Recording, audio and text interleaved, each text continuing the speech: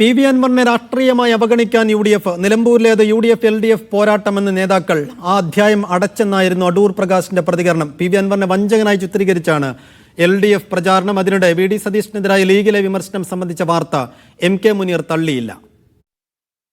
അൻവറുമായി സഹകരണ സാധ്യത പൂർണ്ണമായി തള്ളാതെ ഇന്നലെ വരെ സംസാരിച്ച യു.ഡി.എഫ്. കൺവീനർ അടൂർ പ്രകാശും ഇന്ന് നിലപാട് കർക്കശമാക്കി. സാമാന്യ മര്യാദകളെല്ലാം ലംഘിച്ചുകൊണ്ടുള്ള പ്രവർത്തനങ്ങൾക്ക് ശ്രീ പി.വി. അൻവർ മുമ്പോട്ട് പോയി എന്ന യാഥാർത്ഥ്യങ്ങൾ കൂടി ഞങ്ങൾ ഉൾക്കൊള്ളുന്നു. അതുകൊണ്ട് തന്നെ ഒരു അടഞ്ഞ അധ്യായമായി മാറിയിരിക്കുന്നു. അൻവറിനെ രാഷ്ട്രീയമായി അവഗണിച്ചു പോകാനാണ് യു.ഡി.എഫ്. നേതാക്കളുടെ തീരുമാനം. നേതാക്കളുടെ പ്രതികരണങ്ങളിൽ അത് പ്രകടമായി. അത് പൊളിറ്റിക്കൽ ഡിസിഷൻ അല്ലേ?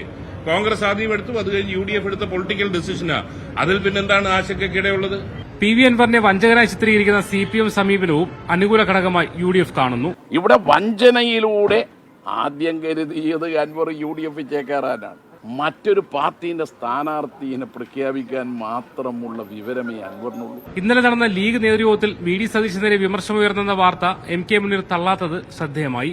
അല്ല, നമുക്ക് ഇതിന്റെ അകത്ത് നടന്ന കാര്യം എനിക്ക് പുറത്തു പറയാൻ പറ്റില്ല. ഇന്ന് വൈകിട്ട് യു.ഡി.എഫ്. യോഗം നിലമ്പൂരിൽ ചേരാനും തീരുമാനിച്ചിട്ടുണ്ട്. പി.വി. അൻവറിനെ അവഗണിച്ച് സർക്കാരിന്റെ വീഴ്ചകൾ ചർച്ചയാക്കി തെരഞ്ഞെടുപ്പ് അജണ്ട സെറ്റ് ചെയ്യാനാണ് യു.ഡി.എഫ്. ശ്രമിക്കുന്നത്.